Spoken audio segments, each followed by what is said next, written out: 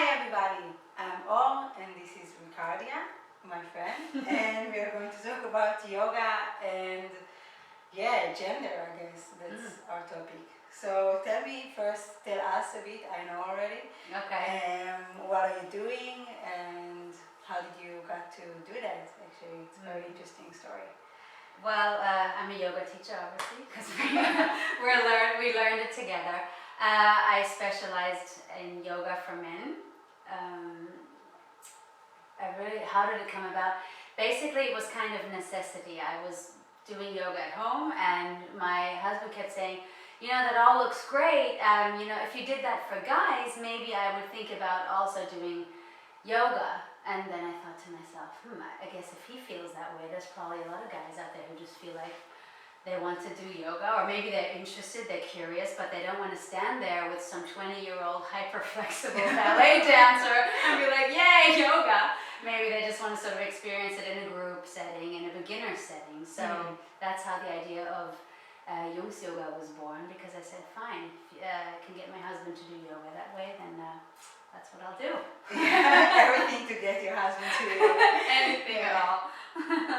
Yeah, and how do you had the experience of teaching women normal classes? Yeah. And you have your courses are only men. If I want to come, I practically cannot. No, you'd have to be the fly on the wall or something. Okay. Yeah.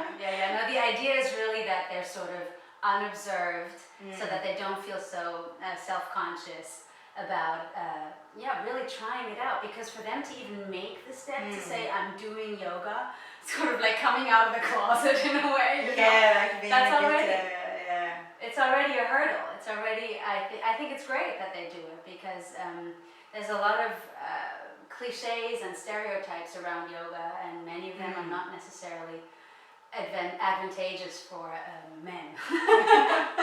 That's true. No, it's a bit like I've done my specializing in yoga for people with handicaps, Right. which is not the same as men at all.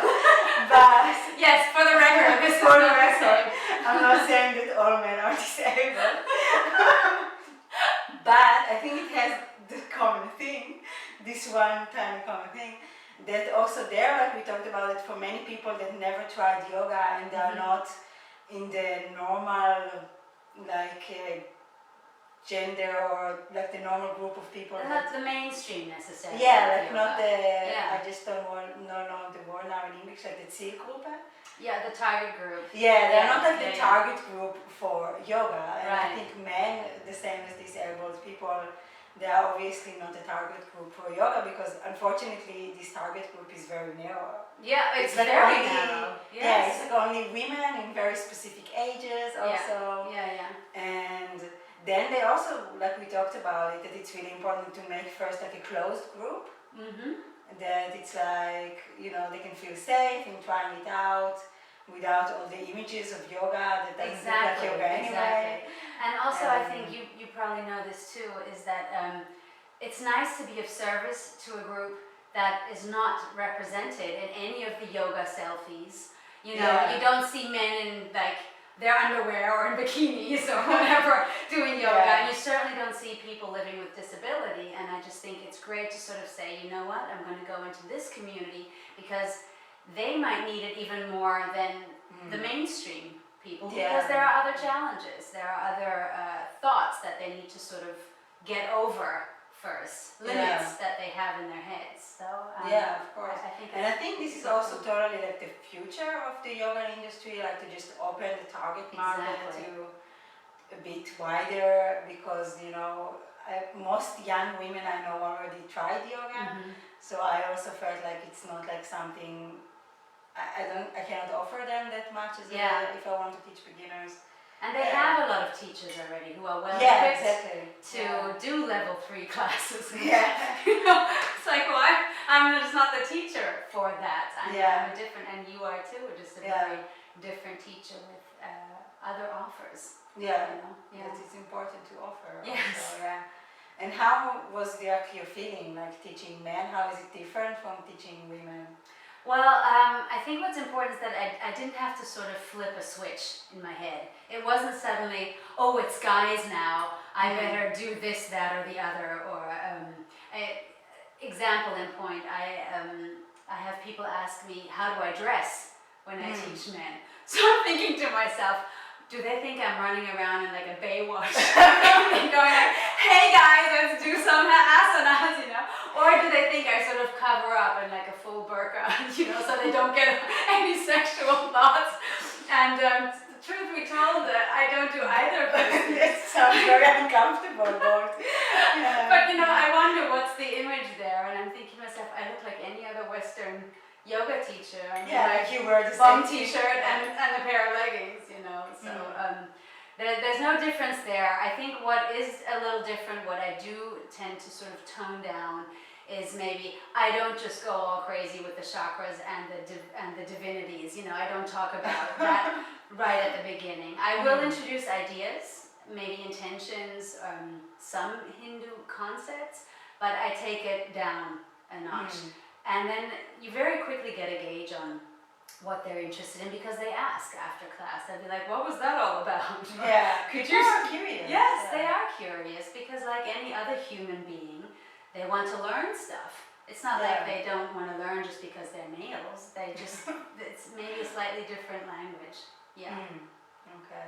Yeah, and I think like knowing your style of teaching, it's also fitting because you have like this kind of way of making things very easy, like not very heavy. Yeah, I'm glad you say that, because it's hard for me to know what is it exactly that I'm doing, because I don't think about it as much as maybe I should. Yeah, like when you told me about this whole idea of doing yoga for men, I thought like you're really a good person to do that, because you teach in a way which is not very woo with you, and not like woo is good, no voodoo.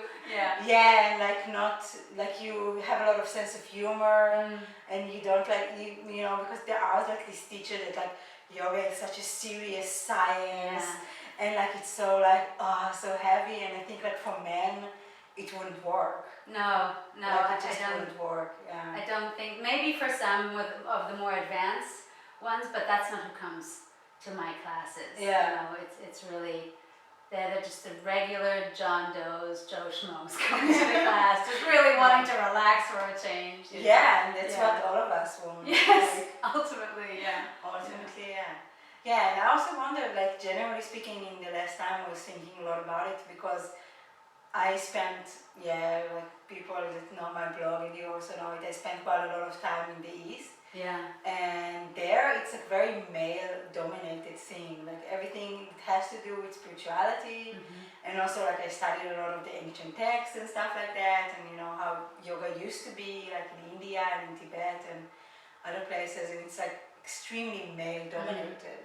And somehow with the 60s, probably it has something to do with like the Yogi Bhajan. Like also Yogi Bhajan, but also a lot of other teachers, like they came to the West and all of a sudden it became like yoga especially, it's like totally a woman thing. Like I also studied Buddhism, and there it also totally a woman thing, but you have a bit more men. Like when I analyzed it, so I understood it's like more like 2080, and with yoga it's like 1090. Right. So I was really wondering, like, what is your thoughts? Like, how did it came about that nowadays spirituality is totally connected with feminism, although, like, in the roots of it, like all the things that we brought from the East, it was totally like male-dominated in a very strong way, also even in a very chauvinist way. I think that topic alone would probably fill like volumes of books, because I'm sure there's like as many theories about it as there are languages in India. You know, I'm not really sure what made it so female over here. I've often thought about that actually, because I often wonder, I'm a female teaching males, where am I crossing sort of lines? Where is that happening? And I think it's really because the West has always been, one of the reasons, possible reasons, is that they're very scientifically oriented, especially in Germany. I mean, we have to think about this. We're also in Germany, which is a whole other parallel culture. It's another layer of being Western. And it's a strong scientific belief. People are very sort of scientifically minded. So I think if anybody was going to go spiritual in Germany, it was going to have to be the females who, at least traditionally speaking, aren't represented in the scientific field as much as men are. That's only one theory, but I'm sure there must be at least 10 more reasons. Yeah. Reasons why it developed that way. It's an Yeah. interesting, maybe this is a book you should write. I was Why thinking did about this it. happen? Yeah, I'm kind of doing my research. Yeah. I'm like Yeah. asking different people. I think most of these interviews also are going to be with women, and I'm going to present these questions. Yeah. Be prepared. I'm going to present these questions for a few people just to get their opinion. Oh, good. Then I can interview Or and that subject and find out what the difference is. Yeah, talk between like a year or so. Yeah, exactly.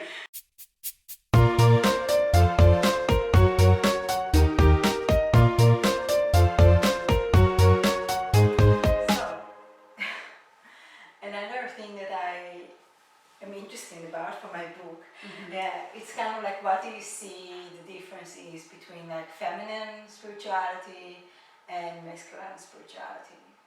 Ooh, big topic. Well, since I'm a female teaching, guys, I can only speak from my experience as a teacher, maybe, and that is that the men seem to be a lot more playful in the classes. Like the women, maybe because they have easier access to spirituality, they're more focused, more serious. When I give a cue as to do something, they quickly pick it up and do it. Example in point, I once gave an instruction to a guy, and then he said, what are we supposed to do? I mean, I don't, what did he say? Oh yeah, so did you say I should breathe through my butt? It was like a group? Yeah, it was a group class, and he asked that, and I said, no, I'm glad you asked that. I said, no, you're supposed to breathe and relax your glutes. He's like, oh, that's good, because I don't know how to breathe. And I thought, yeah, I can see how that would pose a problem, because with all the yoga I've done, I haven't managed that either yet. So they just asked us right away. There's much more immediate feedback. There's like this playful questioning of what's going on here. Women don't ask me. Yeah, I cannot imagine a woman asking this in class. No. I personally will also be like, okay, I probably just didn't understood her right. I don't have enough knowledge, like she's the teacher, and yeah, we always have this feeling like, I just don't know, and the teacher knows everything, and I Or will it'll just come get to me later. Yeah, I I'll will just get practice. it I will next. also breathe through my butt. Yeah, exactly. The ultimate goal. I can see some women actually believing that, misunderstanding instructions and believing that one day they can do that. Yeah, possibly. I don't know, but it's definitely more likely that there will be a question during the class if I'm teaching men than if I'm teaching women. Which is very interesting, because going back to the topic we talked about before, like when I studied in the East, so it was very, very serious. Like, I wouldn't say that my Eastern male teachers were playful. Like, in a way they do, but I wouldn't say that they are less, like, it's two different things, like being playful and being serious. Like, I think it's also very important also as a teacher, but also as a student, like, to take spirituality very seriously, but in the same time to stay playful. Like, it's because if you really understand spirituality, you understand why you also have to be playful. Like, you cannot take things like so heavy. No, it's true. But I also think that the way people practice their spirituality is a great reflection on how they practice life, essentially. Like, I cannot imagine going through life and not laughing all the time, because quite frankly, otherwise I might cry too much, because some things are just like, I could laugh or I could cry. I'm just going to go with laughing about it, because that's how ridiculous or how silly it is. And in the way I approach spirituality, I'm just a great believer that the universe has a really great sense of humor. It couldn't possibly be happening the way it is if someone or something or some energy, whichever you want to call it, big topic in yoga, weren't just laughing their butts off about it, Yeah, that's true. That's very much true. And I think it's especially when you talk about like this whole topic of like yoga and gender and spirituality in gender, that's also a very interesting like point of view on it, like this kind of difference between men that are very serious about spirituality, but they can still have the ability to be playful, different from women that, even like Eastern women, when I think about it, like Amma, for example, like she's very loving and she's very compassionate and she's very serious, but I don't have this playfulness in her. Yeah, like Yogi Bhajan, for example. I always think of him, or Sadhguru, where they're just, the stuff they say is playful and it's very close to life. Like I don't feel like it's really removed and I have all these years that I have to practice before I can get it, you know. Yeah. Like, maybe I'm just too American that I want instant gratification. I don't know.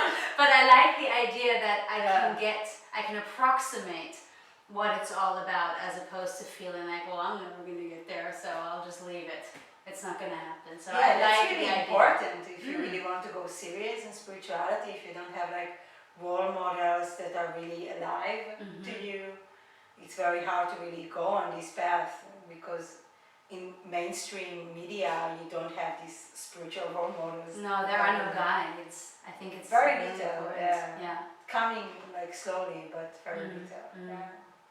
Yeah, and like you mentioned, also it's interesting, like what is the difference between like American spirituality and like German spirituality? Like it's not totally on topic, but Yeah. you just have an interesting point of view of it. Yeah. Because you live there and here, if you don't know. I just now I caught myself thinking German spirituality. It just doesn't sound There is such a thing. But actually it is there and it is developing and people are more open about it now. Like I feel like it used to be the case that if I said I was spiritual, that I might as well have said, oh, by the way, I'm insane. You know, I just made it out of the mental asylum. Like it always felt like there was a slight bit of me that seemed crazy to people when I said that. And now I'm noticing that maybe also because it's become more authentic and grounded in me, that now I'm meeting the people who feel the same way. So of course it's always a feedback cycle, but it used to be I felt it was a very foreign concept, and now it's more and more finding its way into everyday life and everyday encounters with people. In America, it was always comfortable for me. I was always comfortable speaking about spirituality, using the word God, as narrow as that might be and as charged as the word might be for people emotionally or conceptually. But it always felt more effortless and I felt less embarrassed about it. In Germany for many, many years it was like an embarrassing thing. Like I said, I could have said I'm crazy. I would have felt more comfortable than saying I'm a spiritual person. But that's changing now. Yeah, I think for me it's a similar experience. Like I wouldn't say embarrassing, but like I feel like I don't open a lot of doors with it. That's another way of saying it. Yeah, like I think again, like I cannot compare to America because I've never been there. But compared to Israel, for example, it's like, like if you say you're into yoga or you're into spirituality, you kind of open a lot of doors with it in a way, because everybody's kind of interested in it. A lot of people were in India, or their kid were in India, or somebody was their family were in India at some point or another. And here in Germany, it's kind of like, oh, cool guy. So. And then there's that loud sound of a door shutting in your face. not quite as bad. Not that loud, but it's kind of like, it's not a sound of door opening. I would say it like that. Yeah, and I think it's something that you told me also. Maybe it's also like something about the experience of war that changed people. Like that was a very interesting topic for me. Like also like how people react to spirituality and how spirituality changed also in the West in regard to like experiencing war. And like Americans didn't experience a lot of war. Like even if like now they have a war on terror, which is another topic to talk about to open. Certainly. But they don't have the same experience as Germans or Israelis, and it's also maybe changing the way. But I don't want to get too deep into that. I actually want to stay on the topic of like yoga and gender. And we talked about it a bit, but just like this whole topic of like opening the audience of yoga, and like how do you see the difference like in the way that you approach marketing to men? Yeah, people ask that all the time, the whole marketing thing. I mean, Yeah. there were definitely several different suggestions as to how I would go about it, most of which I quickly discarded because it just didn't seem the right way to go. Like what? Well, I remember specifically that men and women alike, and quite a few voices actually, felt that there should be a lot of pictures of me in the marketing strategy. And coming from an acting career, as you know, I used to be an actor many, many lives ago, I just really didn't feel like I wanted to play that card again. Yeah. Again, it had to be about me selling me as the product versus really offering a service and putting myself at the service of yoga as opposed to being some sort of sex symbol, which is usually what my job was as an actor most of the time, at least as a female actor. It really is a lot about that, and I just didn't want that to cross with my yoga path. In any like way. the idea was like be really sexy, men will come to your class. Yes, exactly. But then you also think like, is this really the man that I want on my class? Exactly. Do I want to feel self-conscious all the time in my yoga class?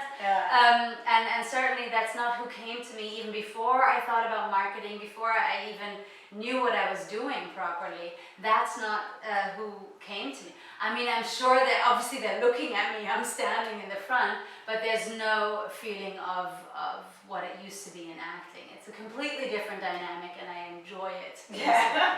Yeah. So how do you go about it? I think the language is certainly something I focus on because I speak the way I do in normal life. I speak that way in yoga, I speak that way about yoga. My thing has always been to sort of bring yoga down from heaven and onto earth and be like, hey, so you're a regular guy, why don't you do yoga? And so if they then, for example, say, listen, I would try, but I can't even touch my toes, then my answer always was, well, can you breathe? And then there's this slight like, well, yeah, of course I can breathe, and you can do yoga. You know? Yeah, wow, that's amazing. Yeah. That's a tweetable, It's always been really important to me because I see myself as someone who's teaching what she has learned thus far. And I haven't been teaching for 20 years, and I certainly didn't live in India for 15 of 20 years, you know. So it wouldn't necessarily also make a difference. Yeah, and it would make me a different teacher, but I teach from the point of view where I'm at, and I feel that yoga is a fun thing, a fun way to approach your spirituality in a physical way, but certainly beyond that, it's just a way of life. And to break it down means to make it approachable for other people. Why make it so exclusive or elitist or fashionable when really that's not what it is. Yeah, just a different point of view on marketing. Like I think it's also what we talked about, like growing the audience to different people. I think a big part of it is also growing like what is the mainstream definition of yoga, because right now, and I see it also in my work, like the mainstream definition of yoga is really like this really fitness thing. And educating the people, and I don't see it in like as a patronizing way, I need to educate the people, but just kind of like spread the knowledge, maybe will be a more politically correct way to say. Like kind of spread the knowledge of like yoga is more than just these asanas, and there is just like so much more to it, just like the body part, because actually if you really dig even a little bit deeper into yoga, you would see that it's like the body is just like a tiny part of it, and the body is just kind of a servant for a bigger process. A bigger process that you're trying to go through. And and of course that when you're trying to also open the audience, so you have to also open the definition of what is yoga. Because if you stay in this really narrow definition of yoga is just this fitness thing, then you're losing a lot of the audience. And definitely I can say from my experience also, like if you can breathe, you can do yoga. It doesn't matter like how unfit I am at the time, mentally or physically, you know, I can still do yoga. And this is something that I would definitely want to teach any of my students. Yeah. Yeah, before Yeah. anything else, I mean, often yoga teachers will say that the asana hasn't even begun if you haven't started breathing properly. Like, Yeah. how are you going to go through this asana if you're constantly holding your breath? Asana being a pose. I'm not sure how well versed people here are talking yoga jargon, but how are you going to hold a pose if you're holding your breath? How are you going to go through anything if you hold your breath? And I think it took me a long time to realize that. I too, this is a long time ago in the 90s in New York. The 90s in New but York. yeah. That sounds good. Yeah, well, that's what it was. It also dates me terribly. But anyway, it was. I just thought that's what it was. I was fortunate enough to walk into a Kundalini class. That was my first class. So there at least I knew, wow, this is an awful lot of breathing going on. I'm really fast, but okay, I'll do it. So I had sort of a crash course in, by the way, yoga is breathing and breathing is yoga.